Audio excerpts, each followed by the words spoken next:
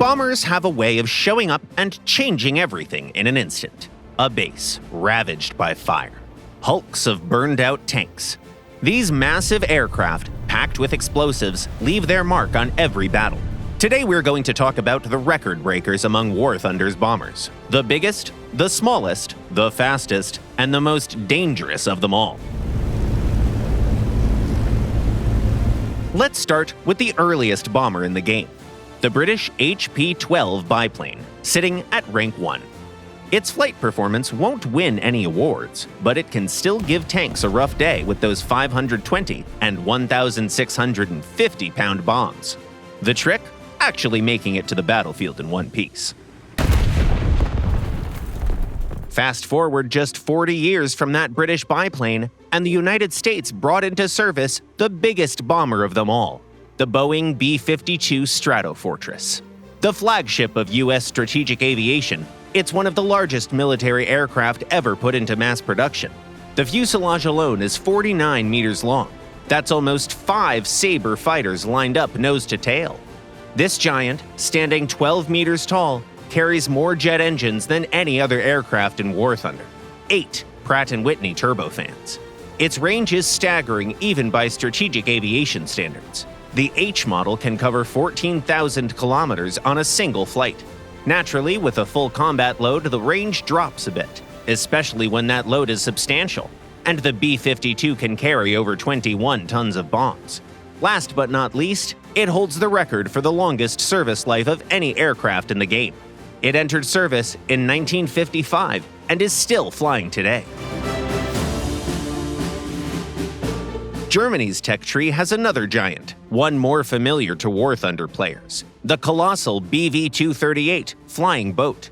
It's the largest experimental aircraft in the game and the biggest operational seaplane ever built. The numbers on this monster are no less impressive. 13 meters tall, 43 meters long, just a bit shy of the B-52, and that's just the beginning. The BV-238 has a lot of things worth boasting about. A massive wingspan, 60 meters, 6 piston engines, which is also a record, and to top it off, the bomber also carries more defensive armaments than any other, 18 guns in total. Flying these giants takes serious manpower. The biggest crews are found on Britain's Shackleton and America's B-17G Flying Fortress, each carrying a full squad of 10. That's pilots, flight engineers, navigators, gunners, a small army in the air. We've covered the big ones. Now let's talk small.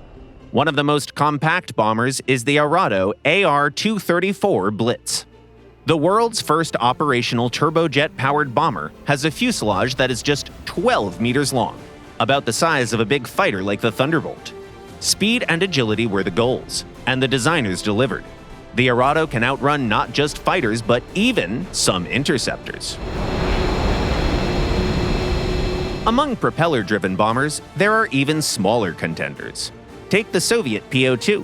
Its fuselage is barely over 8 meters long, with a wingspan of about 11. It also holds a certain anti-record. Its top speed barely breaks 130 kilometers an hour, which means that even some wheeled ground vehicles that are on the faster side could keep pace with it.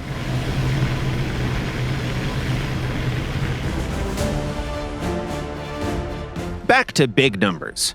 Max payload and bomb armament are two of the most critical stats for a bomber, and here too we have some records to talk about. As we've previously discussed, the B-52 claims the largest payload, while the Soviet Tu-95 strategic bomber carries the biggest single bomb in its arsenal. The Fab 9000, as the name suggests, weighs 9 tons, over 4 of which are the explosive filler. On top of that, the Tu-95 also has the most powerful turboprop engines ever put into production. Each of its 4 NK-12Ms can produce up to 15,000 horsepower. That said, there's an even more powerful bomb. The British HC Mark I carries over 6 tons of high explosive. It simply deletes any tank in the blast radius, not to mention lighter vehicles. And let's not forget the smallest bombs available to bombers. They weigh just 10 kilograms each, and you'll find them on aircraft like Hungary's WM-21, which sits at rank 1. Finally, the American F-111 Aardvark deserves a special mention. In the jet age, designers usually focused on either bombing accuracy and range or the raw speed of the aircraft itself. But with the Aardvark, General Dynamics delivered basically everything all at once. First, it has an enormous payload.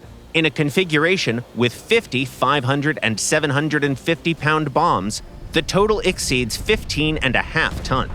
Second, at high altitude, both variants of this aircraft can go over the speed of 2,400 kilometers an hour, another record for bombers.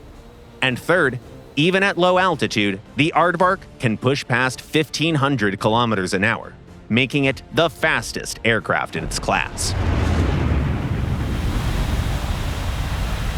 We started with the earliest bomber, so let's end with the latest. Currently, the most recent bomber in War Thunder is the Soviet Su-24. In service since 1975, it's seen its share of conflicts and remains in active duty in several countries to this very day. Bombers may not be the most versatile class of aircraft in War Thunder, but they're certainly one of the most unique. A well-timed arrival of these behemoths over the battlefield can have an impact of, well, a bomb going off. So which bombers are your favorites? Let us know in the comments down below.